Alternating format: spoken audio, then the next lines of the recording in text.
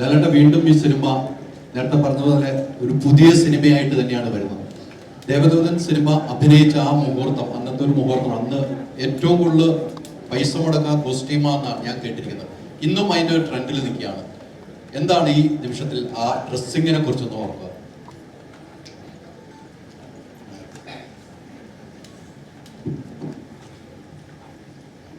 ഡ്രസ്സിങ്ങിനെ കുറിച്ച് ഇപ്പം ഓർക്കാനുള്ളതല്ല, സിനിമയ്ക്ക് വേണ്ട രീതിയിൽ ആ ഡ്രസ്സുകൾ ഉണ്ടാക്കി എന്നുള്ളതാണ്. പലപ്പോഴും അങ്ങനെ സംഭവിക്കാറില്ല. അത് ശരിക്കും ഒരു കളർ പാലറ്റ് ഉണ്ടാക്കി, അല്ലേ, നമ്മളൊരു കളർ സ്കീം ഉണ്ടാക്കി, അങ്ങനെ ആ സിനിമ നമ്മൾ കാണാൻ യോഗ്യത രീതിയിലുള്ള ഡ്രസ്സിങ്ങുകളിലാണ് അതിൻ്റെ കളറൊക്കെ ഉണ്ടാക്കി കൊടുത്തിരിക്കുന്നത്. സാധാരണ പല സിനിമകളിലും അങ്ങനെ സംഭവിക്കാറില്ല, എന്തെങ്കിലും ഡ്രസ്സുകളായിട്ടാണ്. ഇതിനു മുമ്പ് ഒരു കളർ ഒരു സ്കീമൊക്കെ ഉണ്ടാക്കി അത്തരത്തിലുള്ള ഡ്രസ്സുകളൊക്കെ. അതുകൊണ്ട് തന്നെ ആ സിനിമ ഇപ്പോൾ കാണുമ്പോഴും നമുക്ക് അറിഞ്ഞോ അറിയാതെയോ വളരെ സന്തോഷമുണ്ട്. അതിന് തീർച്ചയായിട്ടും അന്ന് അത്തരത്തിൽ ഒരു എഫേർട്ട് എടുത്ത എല്ലാവരെയും ഈ അവസരത്തിൽ നമ്മൾ താങ്ക്സ് പറയുന്നു. കാര്യം ഇത് രണ്ടാമത് 24 വർഷം കഴിഞ്ഞ് വരാൻ പോകുന്നതൊന്നും അന്ന് ധാരണയില്ലല്ലോ. അപ്പം കാണാൻ നന്നായിരിക്കണം എന്ന് പറഞ്ഞ് ചെയ്തത് എപ്പോഴും കാണാൻ നന്നായിരിക്കുന്നു.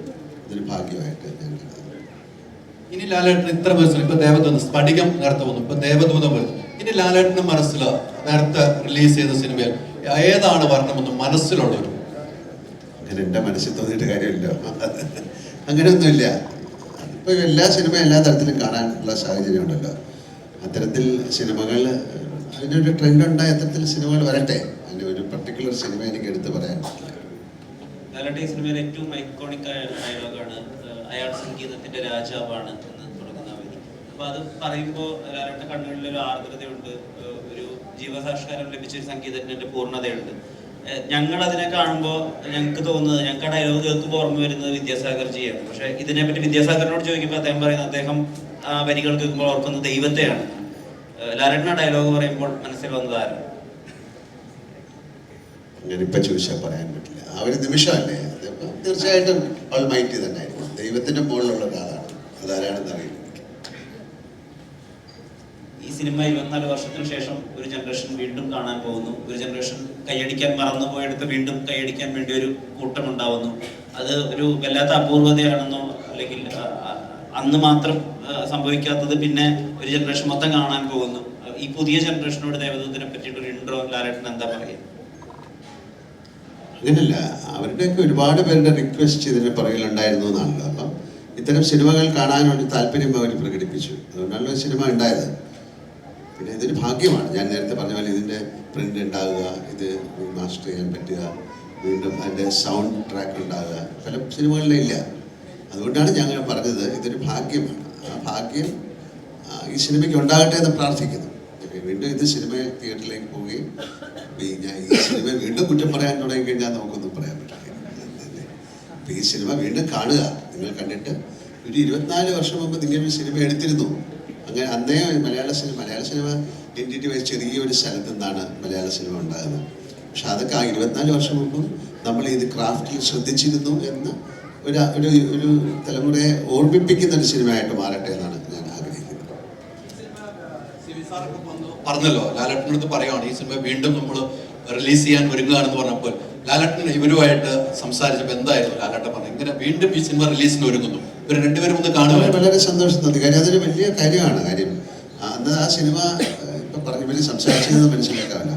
നമ്മൾ വളരെയധികം ആ സിനിമയ്ക്ക് വേണ്ടി പ്രയാസപ്പെട്ട് എടുത്തൊരു സിനിമ അതന്ന് സക്സസ് ആയില്ല. അപ്പം അതിനെ ഒരിക്കൽ കൂടെ ആൾക്കാരിലേക്ക് എത്തിക്കാൻ ശ്രമിച്ചു എന്ന് പറയുന്നത് വലിയ കാര്യമാണ്. ആ ഒരു എഫേർട്ടിന് തീർച്ചയായിട്ടും ദൈവത്തിൻ്റെ ഭാഗത്തു നിന്നൊരു പ്രതിഫലം ഇവർക്ക് കിട്ടും, അല്ലെങ്കിൽ ഞങ്ങൾക്ക് കിട്ടുമെന്ന് ആഗ്രഹിക്കുന്നു. വളരെ സന്തോഷം തോന്നിയ കാര്യം തന്നെയാണ്. അതാണ് ഞാൻ നേരത്തെ പറഞ്ഞത്, ഇത് തോന്നിപ്പിക്കുകയാണല്ലോ ഇങ്ങനെ സിനിമ വീണ്ടും നിങ്ങൾക്ക് ചെയ്യാൻ. അപ്പം ആ തോന്നിപ്പിക്കുന്നത് ആരോട് എന്തോ പറഞ്ഞതാണ്. ആ പറഞ്ഞ കാര്യം നടക്കട്ടെ, അതൊരു നല്ല വാക്കായി മാറട്ടെ, നല്ലൊരു സെൻറ്റൻസായി മാറട്ടെ. നേരത്തെ ഞാൻ സംസാരിച്ച പോലെ തന്നെയാണ്, ഇത് നമ്മളൊരു ചരിത്രത്തിൻ്റെ ഭാഗമായി വരിക എന്നുള്ളത് ഒരു നിയോഗം കൂടിയാണ്. അപ്പോൾ ആ നിയോഗം ഞാൻ പറഞ്ഞില്ലേ, എന്നെ ഈ ക്യാരക്ടർ ചെയ്യാൻ വേണ്ടി സിനിസാർ വിളിക്കുന്ന സമയത്ത് എനിക്കറിയില്ല. രഞ്ജിത്തേട്ടൻ എന്നെ വിളിച്ചിട്ട് ഊട്ടിയിലേക്ക് വരണമെന്ന് പറയുമ്പോൾ എനിക്കറിയില്ലായിരുന്നു ഞാൻ എന്താ ചെയ്യാൻ പോകുന്നത്. തിയേറ്ററിലെത്തിയപ്പോഴാണ് എൻ്റെ ക്യാരക്ടർ എന്താണെന്നും അത് എത്രമാത്രം വിലപ്പെട്ടതാണെന്ന് ഇപ്പോഴാണ് എനിക്ക് അതിൻ്റെ, നമ്മൾ പറയില്ലേ ചില കനികൾ ഇപ്പം പറഞ്ഞ പറഞ്ഞതുപോലെ ചില മുത്തുകൾ കാലം കൊണ്ട് നമുക്ക് തിരിച്ചറിയാൻ പറ്റുന്നില്ല. അങ്ങനെ കിട്ടിയൊരു മുത്താണ്. അത് വളരെ സന്തോഷമുണ്ട്. ഇപ്പം ഞാൻ എനിക്ക് കാണാൻ പോകുമ്പോൾ എൻ്റെ മക്കളും ഉണ്ടാവും എൻ്റെ കൂടെ തിയേറ്ററിൽ. അത് വളരെ സന്തോഷമുള്ള കാര്യമാണ്. ഈ കോക്കേഴ്സ് സിനിമയായിട്ട് 3-4 സിനിമകൾ ചെയ്തു. ഇനിയുള്ളൊരു യാത്ര ഇപ്പം വീണ്ടും അദ്ദേഹത്തിൻ്റെ തലമുറ മകളായിട്ടാണ് ഈ പ്രൊജക്റ്റുമായിട്ട് വരുന്നത്. അപ്പം ഇനി ഇവരുമായിട്ടൊരു കൈകോർക്കാൻ ഒരു ഭാഗ്യമുണ്ടാകുമെന്ന് ഞങ്ങൾക്ക് പ്രതീക്ഷിക്കും. സിയാദക്കായും ലാലേട്ടനൊക്കെ ഒരുമിച്ച്. ആ വാക്ക് തന്നെയാണ്, അതിൻ്റെ ഭാഗ്യം എനിക്ക് ഉണ്ടാകട്ടെ.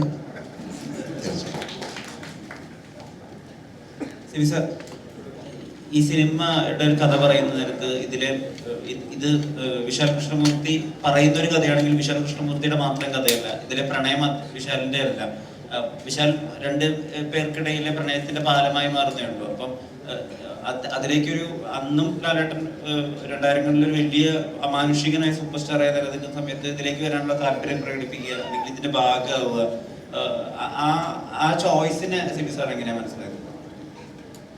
വളരെ യാദൃശ്ചികമായിട്ടാണ് നമ്മൾ ഇത് എഴുതുമ്പോഴൊന്നും മോഹൻലാൽ നമ്മളുടെ ഉള്ളിലില്ല. നമ്മളൊരു ആദ്യം എഴുതുമ്പോൾ ഒരു 7 വയസ്സുകാരൻ കുട്ടിയായിരുന്നു എൻ്റെ പ്രോട്ടഗണിസ്റ്റും. അതിനുശേഷം ഒരു ക്യാമ്പസ് പശ്ചാത്തലത്തിലേക്ക് ഇതിനെ കൊണ്ടുവന്നു. പിന്നീട് യാദൃശ്ചികമായിട്ട് ലാലി കഥ കേൾക്കുകയും ലാൽ ആ കഥ ഇഷ്ടപ്പെടുകയും അതിൻ്റെ ഭാഗമാകാൻ ആഗ്രഹിക്കുകയും ചെയ്തു. അപ്പോൾ അതിന് തക്ക മാറ്റങ്ങൾ അതിലേക്ക് വരുത്തേണ്ടി വന്നു. അങ്ങനെയാണ് ഇതിൻ്റെ ഭാഗമാകുന്നത്. പക്ഷേ ലാല് വരുന്നത് കൂടി ഈ സിനിമയ്ക്ക് വേറൊരു ലെവലിലേക്ക് ഇതിനൊരു എന്താണ് മാനം ഉണ്ടാവുകയാണ്. ഒരു വലിയ ലെവലിലേക്ക് ഈ സിനിമ മാറുകയുണ്ടായി. അതുകൊണ്ട് തന്നെയാണ് ഈ സിനിമ വീണ്ടും നമുക്ക് റിലീസ് ചെയ്യാൻ സാധിക്കുന്നത്. കാരണം അന്ന് ഒരു സാധാരണ ഒരു ന്യൂക്കമറ വെച്ചിട്ടാണ് ചെയ്യുന്നതെങ്കിൽ ഇന്ന് രണ്ടാമതൊരു റിലീസിനാണ് പ്രസക്തി ഉണ്ടാകുമായിരുന്നില്ല. ഇന്ന് മോഹൻലാൽ എന്ന് പറയുന്ന ഒരു സൂപ്പർ താരം ഇതിൻ്റെ ഭാഗമായി ഉള്ളത് കൊണ്ടാണ് ഈ റീ റിലീസിൻ്റെ പ്രസക്തി തന്നെ സംഭവിക്കുന്നത്. ഈ മഞ്ഞിൽ വിരിഞ്ഞ പൂക്കളുടെ ഓഡിഷന് 2 മാർക്ക് കൊടുത്ത നടൻ പിന്നീട് 2 ദേശീയ അവാർഡ് വാങ്ങിക്കുക, ദേവദൂതനെ പോലെ കാലത്തിന് അതിജീവിച്ചൊരു സിനിമയിൽ നായകനാവുക, ആ നിയോഗത്തെ എങ്ങനെയാണ് മനസ്സിലാക്കുന്നത്? അന്ന് കൊടുത്ത 2 മാർക്കിൽ 2 നാഷണൽ അവാർഡ് കൊടുത്തിട്ടുണ്ട്. ഇപ്പോൾ ഞാൻ ആഗ്രഹിക്കുന്നുണ്ട് അത് കുറച്ചുകൂടെ കിട്ടിയത് 2-3 തവണ എനിക്ക് കിട്ടുമായിരുന്നു എന്ന്. അതിന്റെ പാട്ടിലെ ഏറ്റവും ആ കീബോർഡിൽ നിന്ന് ഒരു ചേഞ്ചിങ് വരുന്നുണ്ട്. അത് വലിയ രീതിയിൽ കയ്യടി വാങ്ങുന്ന ആ സോങ്ങിന്റെ ഇത് അതെങ്ങനെയാണ് ഒരു ചേഞ്ചിങ്ങിലേക്ക് സിബി സാറ് പറഞ്ഞ് മനസ്സിലാക്കി കൊടുക്കുന്നു? ലാലേട്ടൻ ചെയ്യുകയും ചെയ്യുമ്പോൾ മനസ്സിലുണ്ടാവുന്ന സന്തോഷമുണ്ടല്ലോ, അതിപ്പോഴും അത് കാണുമ്പോൾ നമുക്ക് ആ കീബോർഡിൽ നിന്ന് പെട്ടെന്നൊരു ചേഞ്ചിങ് ആണ് ആ പാട്ടിലേക്ക് പോകുന്നത്. അതെങ്ങനെയാണ് സിബി സാറ്? ഇതൊക്കെ സംഭവിക്കുകയാണ്. നമ്മൾ ഒരു എന്താണ് ലാലെപ്പോഴും പറയാനുള്ള ഒരു വാക്കാണ്, നല്ല സിനിമകൾ എപ്പോഴും സംഭവിക്കുകയാണ്. ഒന്നും വലിയ പ്ലാൻ. ഇപ്പം നേരത്തെ ഭരതത്തിൻ്റെ കഥ പറഞ്ഞു, ഭരതമൊക്കെ സംഭവിച്ച സിനിമകളാണ്, മുൻകൂട്ടി പ്ലാൻ ചെയ്തുണ്ടായ സിനിമകളൊന്നുമില്ല, അതപ്പോൾ സംഭവിച്ച സിനിമകളാണ്. അതേപോലെ മോഹൻലാലിനെ പോലെ ഒരു ആക്ടർക്ക് നമ്മൾക്ക് അങ്ങനെ വലിയ എന്താണ് കൈപിടിച്ച് നടത്തി അഭിനയിപ്പിക്കേണ്ട കാര്യമൊന്നുമില്ല. നമ്മളൊരു കാര്യം പറഞ്ഞു കൊടുത്താൽ അതിനെ മനസ്സിലാക്കാനും അതിനെ ഉൾക്കൊണ്ടുകൊണ്ട് അതിനെ നമ്മൾ ആഗ്രഹിക്കുന്നതിലും വലുതായിട്ട് നമുക്ക് തിരിച്ചു നൽകാൻ കഴിവുള്ളൊരു ആക്ടറുടെ മുമ്പിൽ അത്തരത്തിൽ മൈന്യൂട്ടായിട്ട് കാര്യങ്ങളൊന്നും നമ്മൾ അതേതോട് പറഞ്ഞ് പഠിപ്പിക്കേണ്ട കാര്യമില്ല. ഒരു ഈസ് എ ബോൺ ആക്ടറാണ്. 24 വർഷം മുമ്പ് ഒരു ഡിസംബർ മാസത്തിലാണ് ഈ സിനിമ റിലീസ് ചെയ്യുന്നത്. ആ 24 വർഷത്തിൽ അന്നുണ്ടായ ഏതെങ്കിലും ഒരു സംഭവം ഓർത്തെടുക്കുകയാണ് ലാലേട്ടനും സിയാദക്കായും നിങ്ങൾ 3 പേരിക്കും എന്തെങ്കിലും രസകരമായ ഒരു മുഹൂർത്തം ഓർത്തെടുക്കാൻ കഴിയുമോ? ഒന്നില്ല, ഒരുപാടുണ്ട്. അപ്പോൾ എല്ലാം കൂടി ഇപ്പോൾ പറയാൻ സമയമില്ലല്ലോ. ഓർമ്മ മതി. ഞങ്ങളുടെ എല്ലാ ഒന്നിച്ചുള്ള എല്ലാ സഹവാസങ്ങളും ഒരുപാട് രസകരമാണ്, ഒരുപാട് ഓർമ്മിക്കാറുള്ളതാണ്, ഒരുപാട് ആസ്വദിച്ചിട്ടുള്ളതുമാണ്. അപ്പം എല്ലാം കൂടെ പങ്കുവെക്കാൻ അതിൽ നിന്ന് മാത്രം വേർതിരിച്ചെടുക്കാനൊന്നും പെട്ടെന്ന് കഴിയില്ല.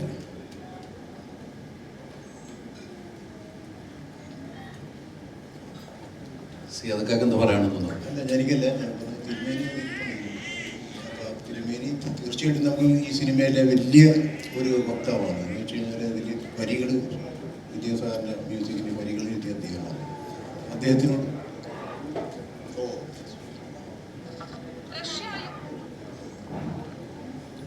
കഴിയില്ല. So thank you so much. Thank you. Devadoothan ടീമിൽ നിന്നുള്ള ഒരു ടോക്കൺ ഓഫ് ലവ്. ഓഡിയൻസ് നല്ലൊരു കയ്യടി കൊടുക്കാം.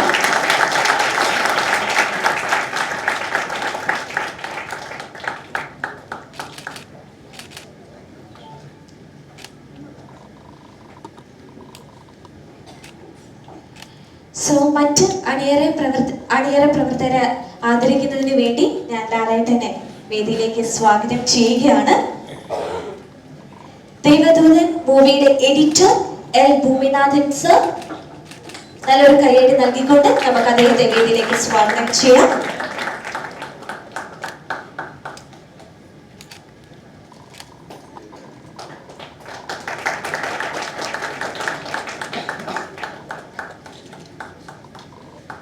ഗാനരചയിതാവ് Kaithapram Damodaran Namboothiri.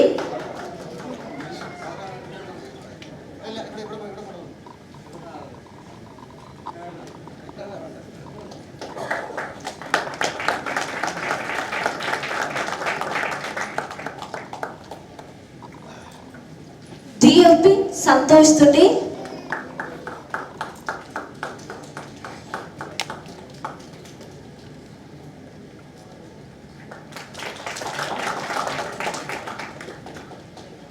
Controller M. Rajit sir.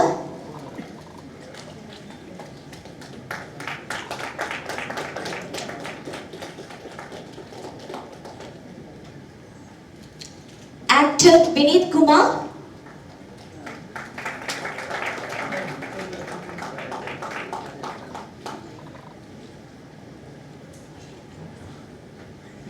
Costume designer SB Sadishan. ആ ഇയറിലെ ഏറ്റവും മികച്ച കോസ്റ്റ്യൂം ഡിസൈനറിനുള്ള സ്റ്റേറ്റ് അവാർഡ് കരസ്ഥമാക്കിയ അതുല്യ പ്രതിഭയാണ്. Congratulations. And script writer Raghunath Paleri.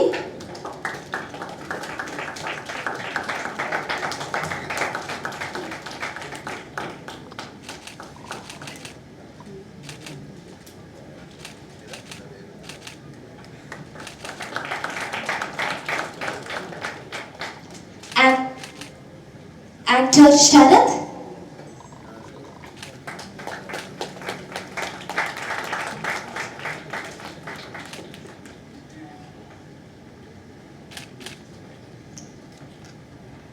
Producer Siad Kogar sir.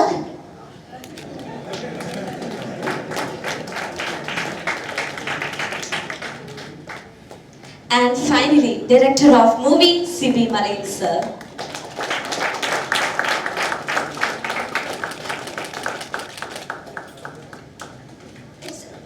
ഒരു സെക്ഷൻ കൂടെ ഉണ്ട്. ഒരു തലമുറ മുഴുവൻ മാതൃകയാക്കിയ, മലയാളികൾ മുഴുവൻ കണ്ട് ആസ്വദിച്ച ഈ ഒരു സിനിമയെ ഈ കാലഘട്ടത്തിന് അനുയോജ്യമായി റീമാസ്റ്ററിംഗ് ചെയ്ത ആ ഒരു പദ്ധതി കോക്കേഴ്സിന്റെ മുന്നിൽ പ്രസന്റ് ചെയ്ത ഹൈ സ്റ്റുഡിയോസിലെ അംഗങ്ങളെ അഭിനന്ദിക്കുന്ന ചടങ്ങിലേക്കാണ് ഇനി നമ്മൾ മൂവ് ഓൺ ചെയ്യുന്നത്. സോ ആദ്യം തന്നെ ഞാൻ ഈ വേദിയിലേക്ക് ഞാൻ സ്വാഗതം ചെയ്യുന്നു creative visionary hub Boney Asan and wife Thasa. നല്ലൊരു കയ്യടി നൽകിക്കൊണ്ട് നമുക്ക് അവരെ രണ്ടുപേരെയും ഈ വേദിയിലേക്ക് സ്വാഗതം ചെയ്യാം.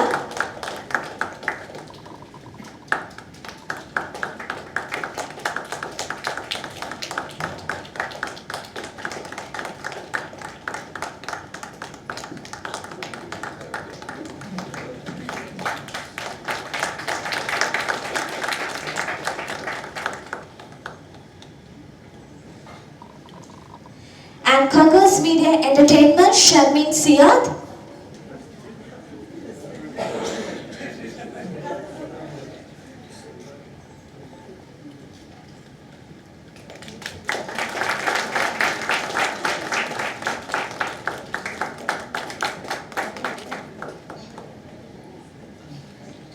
And colorist Selvin Varghese.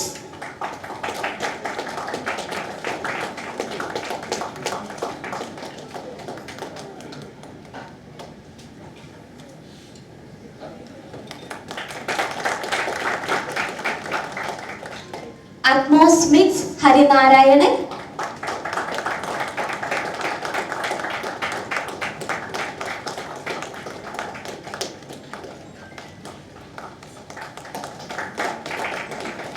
PRO P. Shivaprasad.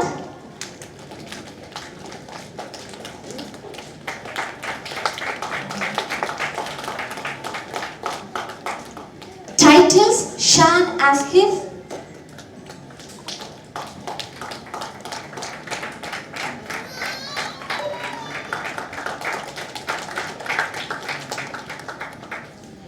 VFX Magazine Media,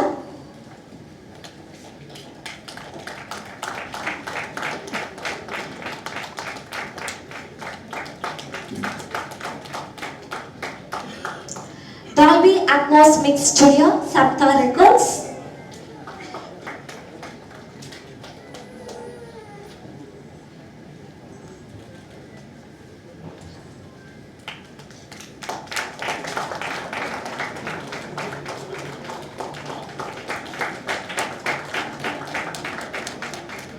so thank you Laleta, thank you Sibi sir, thank you Sia sir, thank you so much.